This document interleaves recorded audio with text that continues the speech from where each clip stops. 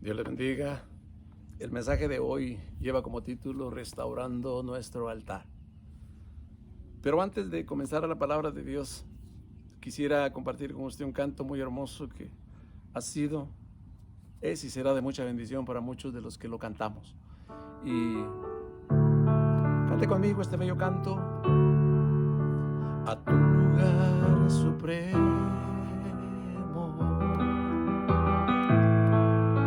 ahí quiero llegar, y ante tu presencia tu nombre adorar. Quien me viera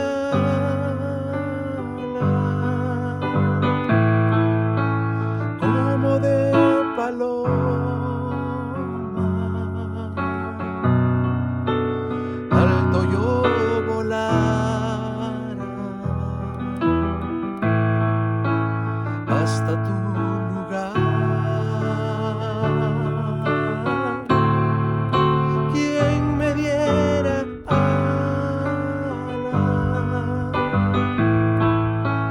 como de paloma, hasta ti volara para no regresar.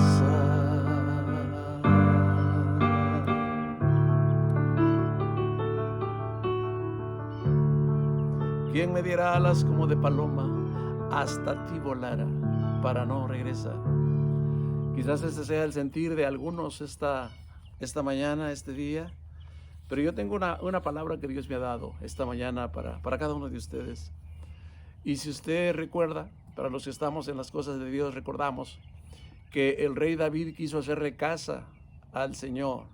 El rey David sabía que por 40 años el pueblo de Dios había andado de lugar en lugar, de desierto, en el desierto, y le dijo: Señor, yo quiero hacerte casa para que te estabilices allí y tengas un templo donde te adoremos.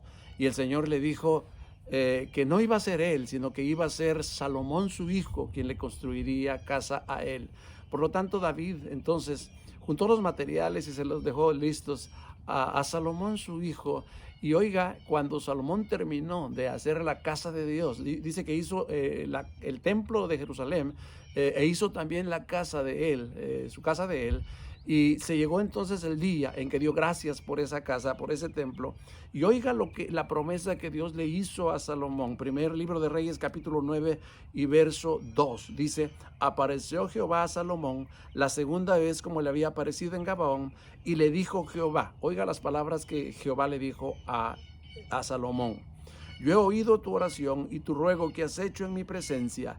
Yo he santificado esta casa que tú has edificado para poner mi nombre en ella para siempre, y en ella estarán mis ojos y mi corazón todos los días. Esa fue la promesa de Dios. En esta casa estarán mis ojos y mi corazón todos los días. La pregunta es: ¿será que Dios le mintió a Salomón? Si nosotros vamos ahora al templo de Jerusalén, Jerusalén fue reconstruido 4 veces el templo de Salomón, y hoy pues son las ruinas. Hoy ahí está lo que antes era el templo de Salomón. Y me llama la atención que del versículo 1 al versículo 3 del segundo libro de Reyes que leímos, del capítulo 1 al 3, Dios le hace la promesa a Salomón: yo voy a estar todos los días aquí, mi corazón estará aquí todos los días en la casa que tú me has edificado. Y me llama la atención y me llena de gozo el saber que cuando la presencia de Dios se hace presente en el templo, en 2 Crónicas capítulo 7, verso 1 al 3, dice la Biblia que los levitas, que era la tribu sacerdotal, que era la que ministraba en el templo, no podían ministrar porque la presencia de Dios hizo su ingreso al templo de Salomón. Qué importante, hermano, que la presencia de Dios entre a nuestros templos. Lo más caro que tienen los templos hoy no son las cortinas, no es el edificio, no es el tipo de templo, no es el megatemplo que tenga. Lo más caro que tenemos nosotros en la iglesia es la presencia de Dios. Si eso está en tu iglesia, iglesia, aunque no sea de muchos niveles, aunque no sea la más sofisticada iglesia o el templo que tengas,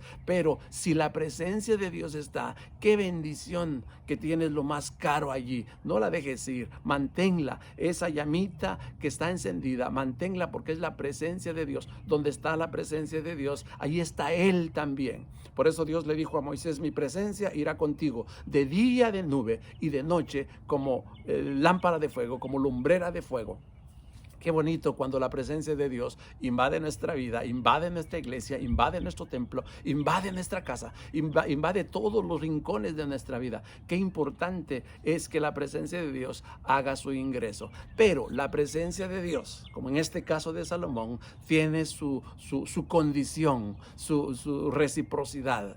Dios le dijo a Salomón: yo entro a tu casa y desde hoy estarán mis ojos aquí. Pero del capítulo 4 al versículo 6, del versículo 6 al capítulo del 4 al 6, dice la Biblia que ahí estuvo la condición de Dios. La condición de Dios: si tú anduvieres en mis caminos, en mis estatutos, en mis mandamientos, como anduvo David tu padre, yo bendeciré, yo cumpliré mi promesa, yo cumpliré lo que te estoy diciendo. Y esa es la parte importante. Todo mundo creemos en las promesas de Dios, todos queremos confiar en las promesas de Dios, todos le demandamos a Dios lo que Él debe de hacer con nosotros, pero no pensamos en lo que nosotros le tenemos que cumplir a Dios. Oiga, la tristeza que da. Nuestro tema de hoy es restaurando nuestro altar. Abraham nos enseñó a hacer altares. Abraham hacía altares en muchos lugares, y en este caso Salomón está dando a Dios lo mejor en su templo, lo mejor de su oración, lo mejor de todo,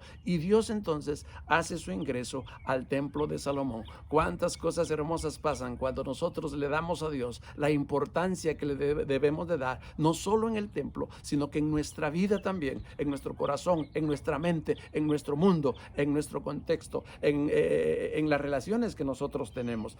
Pero da mucha tristeza también, oiga, da mucha tristeza cuando también hablando a través de Ezequiel capítulo 8, del 8 al 10, también Dios, usted se recuerda que Salomón, hermano, cuando Dios hizo el pacto con él: si tú estás conmigo, yo estoy contigo; si tú me guardas, yo te guardo; si tú me sirves, yo te sirvo. ¿Se recuerda usted que después Salomón se perdió?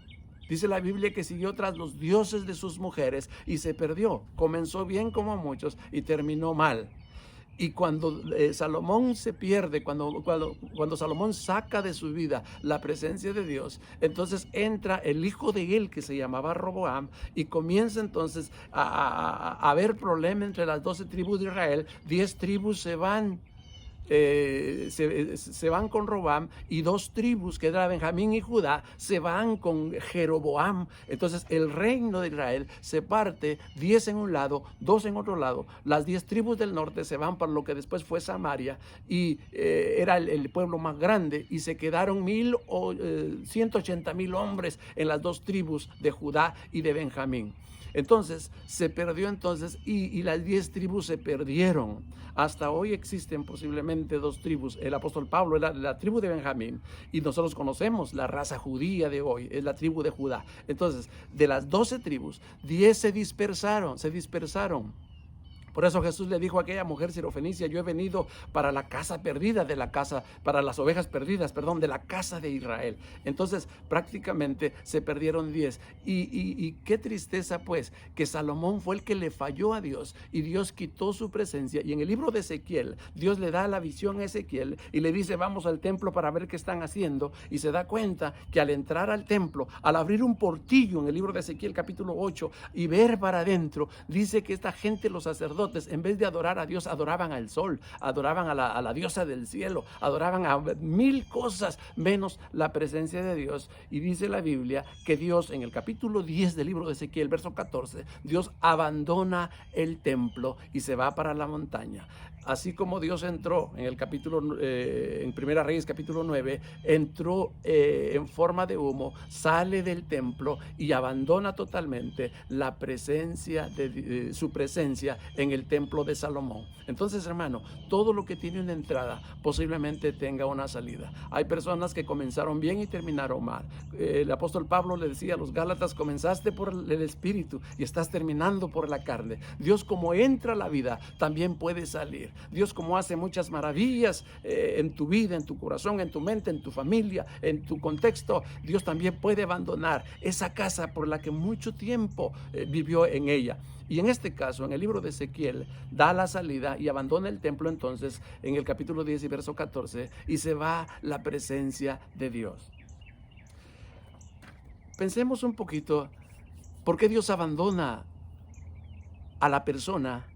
Muchas veces a la organización, muchas veces a los grupos, muchas veces a las iglesias. ¿Por qué Dios las abandona? De seguro que hubo un problema en el dar y en el recibir. Porque lo que Dios quiere de nosotros y a lo que Dios nos ha llamado, le dijo a Moisés: saca a mi pueblo de Egipto para que me dé gloria a mí, para que me honre a mí, para que me alabe a mí, para que me alabe a mí. Y cuando en la iglesia pierde esa visión, ese contexto, entonces es donde comienza a tener problemas con Dios. Entonces es cuando la presencia de Dios abandona el templo. ¿Se recuerda de qué iglesia? Que en el libro de Apocalipsis, en los primeros capítulos, le dice Dios: tienes obras, has sabido trabajar, tienes trabajo, tienes muchas cosas, pero has dejado tu primer amor. Entonces, muchas veces nosotros, hay iglesias que se dedican a orar, que se dedican a vigilar, que se dedican a buscar a Dios, y eso no es malo, eso es bueno, pero no tienen buena dirección. Cuando la iglesia tiene buena dirección, cuando la iglesia conserva la presencia de Dios, un paso por corto que lo dé, avanza a la meta, avanza al objetivo y va avanzando hacia el reino de Dios. Pero cuando no tenemos dirección como iglesia, como cristianos, como miembros del cuerpo de Cristo, entonces entre más trabajemos va siendo inválido ese trabajo. Estamos arando en el mar porque no llevamos buena dirección. Cuando tenemos buena dirección, entonces poquito avanzamos, pero avanzamos. Hablando de buena dirección y buena oración, Jesús le dijo a los fariseos: vosotros hacéis largas oraciones para ser oído por los hombres. Y Jesús dijo: es mejor lo corto perfecto que lo mucho imperfecto. Es mejor lo poquito directo que lo mucho indirecto. Es mejor, guiados por una buena visión, guiados por una buena dirección, alabar, bendecir a Dios, que vamos a ir avanzando, que hacer grandes sacrificios. Porque algunos hasta se enorgullecen de que son buenos oradores, de que son buenos buscadores, de acuerdo, pero han perdido la dirección. Salomón perdió la dirección, Salomón perdió la visión, y por lo tanto Dios cumplió su promesa. Entró con su presencia al templo y salió con su presencia del templo. Pero vayámonos un poquito más y por la causa. ¿Por qué causa Dios abandonó el templo de Jerusalén? ¿Por qué causa Dios abandonó a su pueblo? ¿Por qué causa fue? Oiga, eso me lleva a una lectura.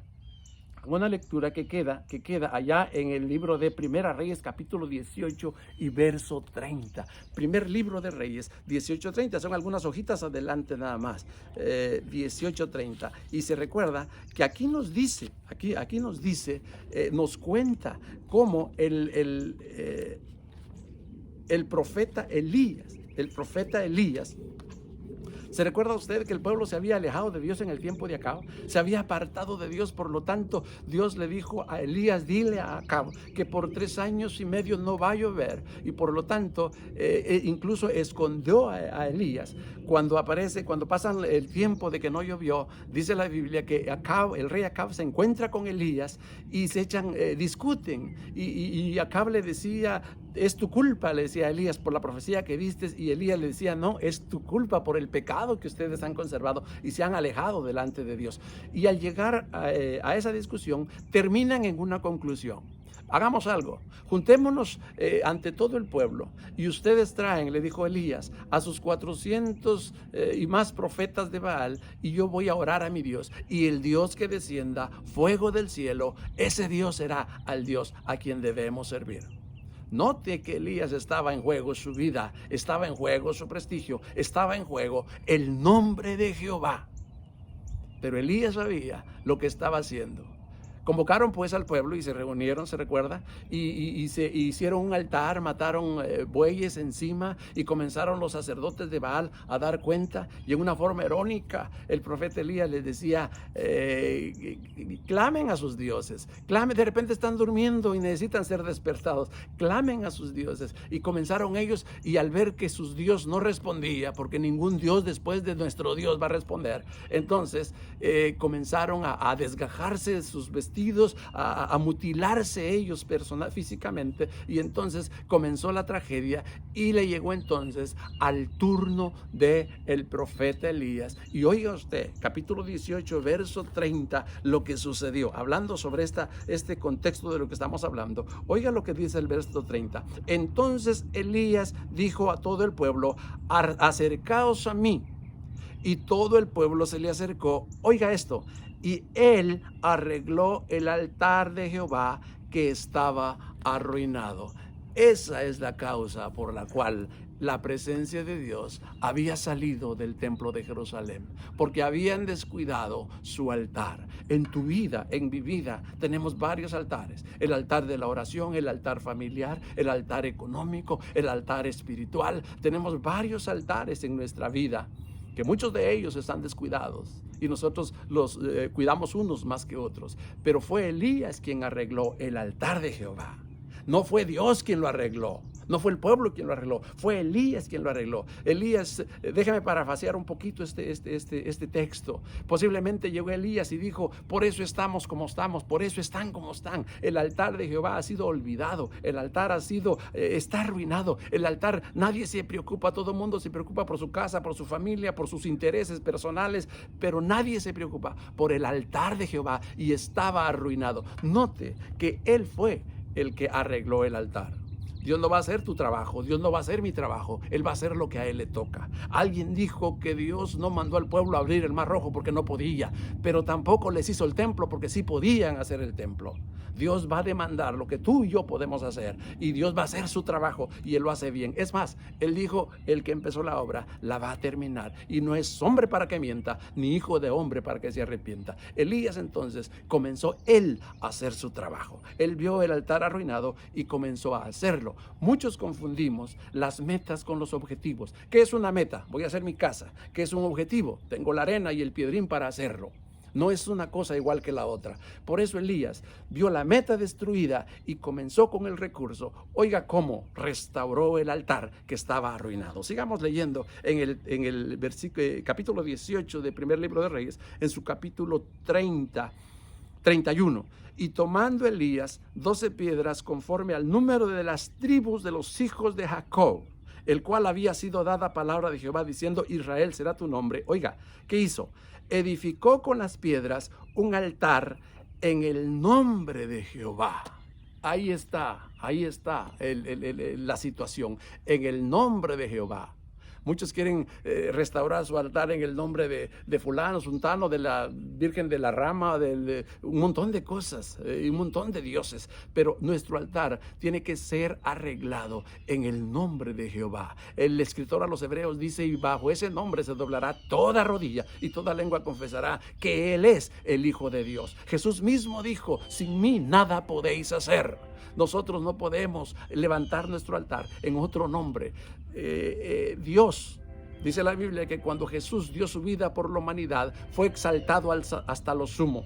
En la teología hay una palabra que se llama kenosis. Kenosis quiere decir exaltado a. Cuando Jesús, el Hijo de Dios, estaba antes con el Padre, antes de venir a morir por la humanidad, estaba a un nivel con Dios. Pero cuando vino a morir, dice la Biblia, Él mismo dijo: toda potestad me es dada en el cielo y en la tierra. Por lo tanto, se le fueron dadas a Él todas las cosas, y el libro de San Juan dice que por Él fueron hechas todas las cosas. Por lo tanto, fue exaltado hasta lo sumo. En otras palabras, después de que Cristo murió, Dios lo exaltó hasta lo sumo.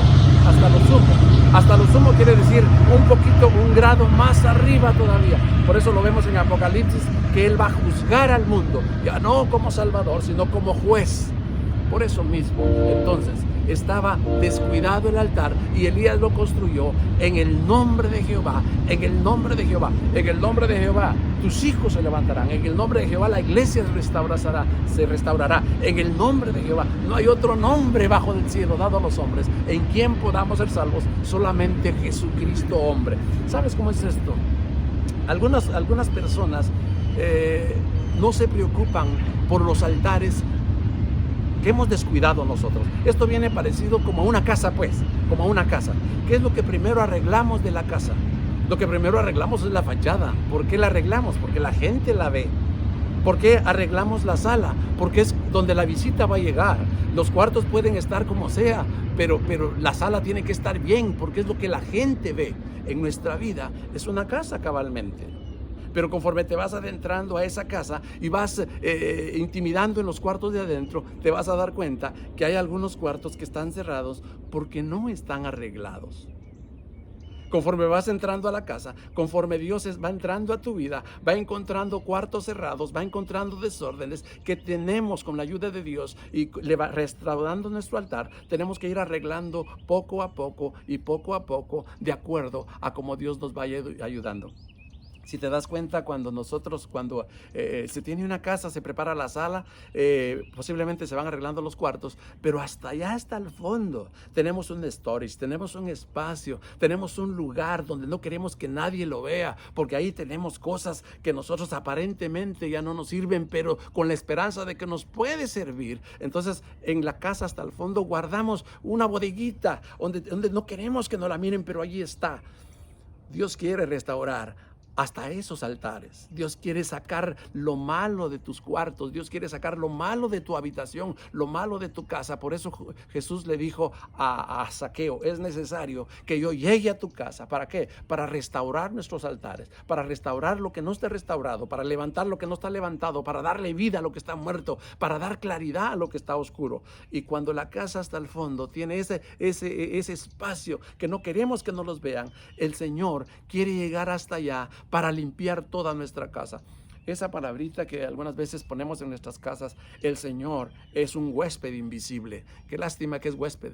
Cuando tú me invitas a tu casa, yo no puedo disponer de tu casa. Yo tengo que sentarme, yo no tengo que disponer de nada, porque yo soy un visitante en la casa. Yo diría que el Señor no es un huésped, el Señor es el dueño de la casa. El Señor puede sentarse en medio, puede pararse en medio, hacer disposiciones, hacer cambios. Por eso es que le hemos dado todo el control de nuestra vida. Por eso es que le hemos dado todo lo de nuestra vida, para que Él sea el que gobierne, para que Él sea el dueño, para que Él sea quien disponga de los cambios que hay que hacer en la casa. Y por eso le dijo a Zaqueo, aquel pequeño hombre, le dijo: es necesario que yo vaya, que yo pose en tu casa, porque hay muchos cambios que hacer en nuestras casas. Por supuesto, hay altares que nosotros nos preocupamos por mantener de pie. Por ejemplo, el aparentar que estamos bien, para que la gente vea quién soy, no cómo soy. Por eso hay una palabra que Dios le dijo a Salomón, hablando de su siervo David: si fueres como David tu padre, que caminó conmigo en integridad. Integridad no es lo que yo digo, es lo que yo soy. Integridad no es lo que la gente ve, es lo que yo me veo dentro de mí. Integridad, una persona íntegra. Capítulo 51, me llama la atención y me da gozo cuando el salmista David ora y dice: mi pecado está siempre delante de mí. Él oraba para que Dios le perdonara su pecado, pero también tratara con el pecador. Muchos nos interesa que Dios perdone nuestro pecado y nos alegramos cuando ya lo hizo, pero no tratamos con el pecador, y entonces el pecador vuelve a pecar. ¿Por qué? Porque el hombre es un nato reincidente, es una persona que vuelve a caer en el mismo error, en el mismo hoyo siempre. ¿Por qué? Porque dispone el hombre. Por eso, cuando no hay intervención divina, no hay cambio en ningún sentido en el hombre. Por eso es que debemos darle a Dios todos nuestros altares. ¿Cómo está tu altar familiar? Tu relación con tus hijos, con tu esposa. ¿Cómo está tu altar económico? Pone las finanzas delante del Señor. Nosotros tenemos dos tipos de riqueza. Una riqueza es la que yo hago con mi esfuerzo, la que tú haces con tu esfuerzo, la que sudas mucho, un part-time, full-time, un todo-time, cuando tú trabajas mucho y te cuesta lo que tienes. Por eso, cuando pierdes eso, por eso te cuelgas, por eso compran una soga, un mecate, y por eso ahí termina la vida, porque dice la Biblia que donde está tu tesoro, ahí está tu corazón. Por eso el hombre se mata cuando pierde sus posesiones, su patrimonio. Pero hay otra riqueza que Dios da, que es el libro de Proverbios, cuando dice: porque la bendición de Jehová es la que enriquece y no añade con ella tristeza. Hubieron muchos ricos en la Biblia y uno de ellos fue Abraham, el mejor hacendado en ese tiempo. Sin embargo, eso no rompió su relación con Dios. Hay muchos ricos nobles y hay pobres ingreídos, hay pobres creídos, hay pobres orgullosos, hasta se enorgullecen de su pobreza. Tenemos que trabajar en esos altares. Tenemos que trabajar en nuestro altar espiritual, en nuestro altar familiar, en nuestro altar económico. es nuestro altar de responsabilidad. Hay varios altares en los que nosotros podemos trabajar y podemos decirle: Señor, tú que eres el Dios de los altares. Dice la Biblia, en ese mismo pasaje, dice la Biblia que cuando Elías hubo rodeado de agua el altar, la oración fue corta: Señor, para que el corazón de los padres y los hijos se vuelvan a ti, demuéstrele a este pueblo que tú eres el Dios todopoderoso. No tardó en terminar la oración y cayó fuego del cielo. Cuando tú y yo habramos restaurado nuestro altar, cuando tú y yo tengamos nuestros altares restaurados, Dios va a hacer su trabajo. No quieras ni pretendas tampoco ayudar a Dios en tus intervenciones mentales. La mente humana no va a calzar con la mente de Dios. La Biblia dice: porque tus pensamientos no son los míos, ni mis caminos son los tuyos. Así es que mi mente no va a calzar. Le voy a poner un ejemplo. Cuando una persona que ha pecado, que ha matado, que ha hecho lo malo delante de Dios, y de repente cree en la justicia de Dios, cree en la fe. El libro de San Juan dice que los que creyeron en Él, dice la Biblia, que los que fueron hechos hijos de Dios. Eso quiere decir que si una de estas personas malvadas agarra la justicia y cree por la fe de que Dios lo perdonó, al día siguiente él está sin tocar tablita. Él está claro, él está limpio, él está mejor que muchos. ¿Por qué? Eso mi mente no lo acepta. Pero esa es la justicia de Dios. Y la Biblia dice, el apóstol Pablo dice que la justicia de Dios se entiende nada más a través de la fe. Si tú tienes fe, es capaz de todo. La fe mueve montañas. Entonces, nosotros debemos hacer nuestra parte y Dios hará la parte de Él. Cuando tú y yo hacemos nuestra parte, entonces Dios hace la parte de Él. Elías no podía descender fuego del cielo, pero sí podía arreglar el altar. Elías arregló el altar y Dios respondió con fuego. Dios no va a bajar en un altar arruinado. Dios no va a bajar en un altar desarreglado, un altar descuidado, un altar donde las piedras están por allá. Es más, tienes que levantar el altar como lo hizo Elías, con objetivos. Agarraba una piedra y decía: en el nombre de Jehová. La tribu de Benjamín, la tribu de Judá, dice que 12 piedras con objetivos. Tú tienes que agarrar una piedra y ponerla en el nombre de Jehová, pero di nombres y apellidos para que Dios oiga esa oración. Oiga, muchas veces le ponemos nombre y apellido, pero a nuestra derrota. Yo estuviera bien si fulanita no hubiera intervenido. Yo estaría bien si sutanito no me hubiera votado. Nosotros buscamos culpable porque le ponemos nombre y apellido a nuestra derrota. Pero esta mañana, esta tarde, esta noche, cuando estás escuchando este mensaje, Dios te dice hoy: haz tu trabajo y Dios va a hacer el de Él. Restaura tu altar. Compón tu altar y hazlo en el nombre de Jehová, y no vas a tardar mucho tiempo en que Dios descienda a su gloria, porque la Biblia dice: porque todo aquel que a Él se acerca, crea que le hay y que es galardonador de los que le buscan. Ninguno de los que ha acudido a los brazos de Dios ha regresado derrotado. Por eso, este día Dios te dice: arregla tu altar. Hay un altar que está arruinado, hay un altar, te has preocupado en otros altares para que la gente te vea exitoso. Hoy los mensajes de hoy son solo motivaciones personales. Han sabido hablar bien y han sabido vivir mal. Pero esta mañana, esta tarde, esta noche, cuando tú estás escuchando este mensaje, Dios quiere comenzar contigo. Él dice: no te dejaré ni te desampararé. Él quiere comenzar contigo.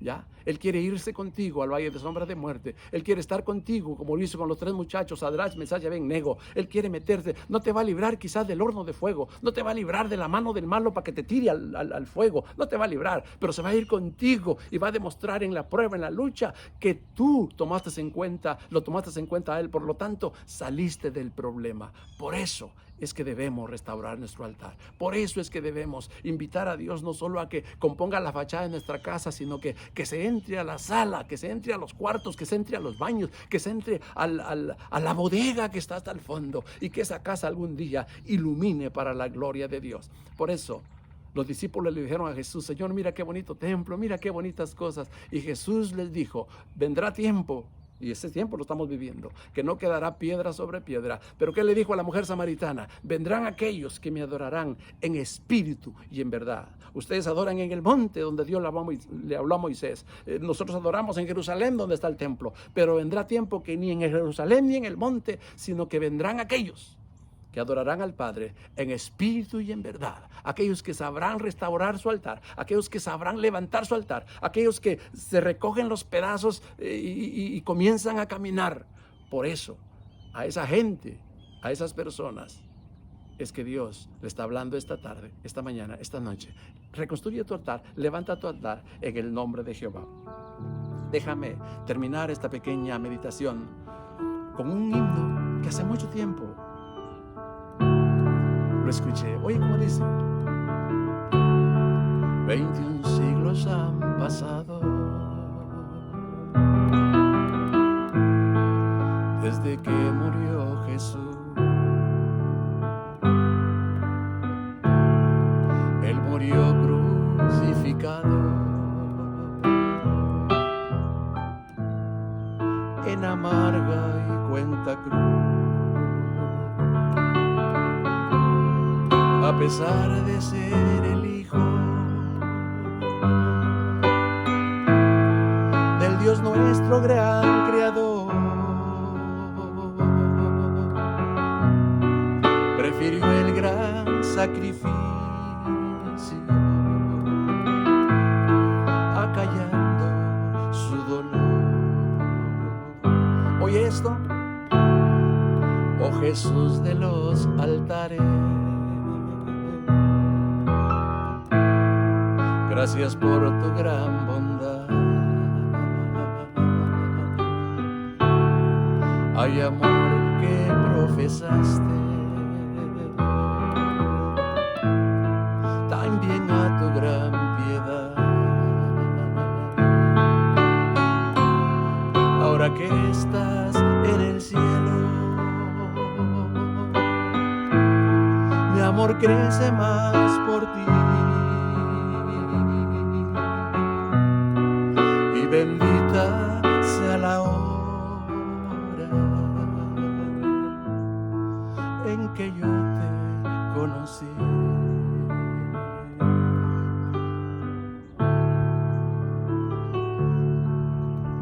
Ya no busques culpable para tu derrota, ya no busques culpable para tu falta de fe, para tu falta de compromiso, para tu falta de nivel de responsabilidad.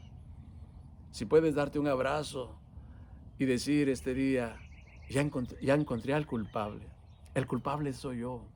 Yo debo restaurar mi altar. Debo trabajar con mis hijos, con mi esposa, con mi iglesia, con mi comunidad, con mi organización. Debo trabajar y Dios hará el resto. Deja orar este día contigo para que Dios bendiga tu vida y tu corazón. Padre Dios, gracias te damos porque hasta aquí has sido grande, has sido bueno y tu misericordia también. Ayúdanos, Señor, a poner nuestra parte. Ayúdanos, Señor, a restaurar nuestro altar. Ayúdanos, Señor, a no dejarlo como lo hacemos algunas veces o lo hacen algunas personas en el tiempo de Navidad, que hasta la esquina, Señor, estás tú y está toda tu comitiva. No, Señor, tú eres el centro de nuestra vida, tú eres el Dios de nuestra vida. Tú puedes hacer cambios cuando quieras, tú puedes quitar y poner, tú puedes marcar leyes en nuestro hogar. Es más, tu palabra dice que tu ley, en el Salmo capítulo 1, dice que en su ley medita de día y de noche. Padre, permítenos que esa ley restaure nuestro altar, que esa ley, Señor, haga cambios en nuestra vida. Oramos por aquellas personas, Señor, que están restaurando su altar, que están poniendo de tu parte, que tienen su meta fijada, pero Padre, necesitamos una intervención divina. Pon tu mano sobre ellos, levántales, restáurales y permite, Dios mío, que con el altar encendido algún día podamos decir gracias, Señor, porque este pueblo ha vuelto su corazón a ti, porque este pueblo ha vuelto, Señor, a tu presencia, a la comunión contigo y a volver otra vez a tu rebaño.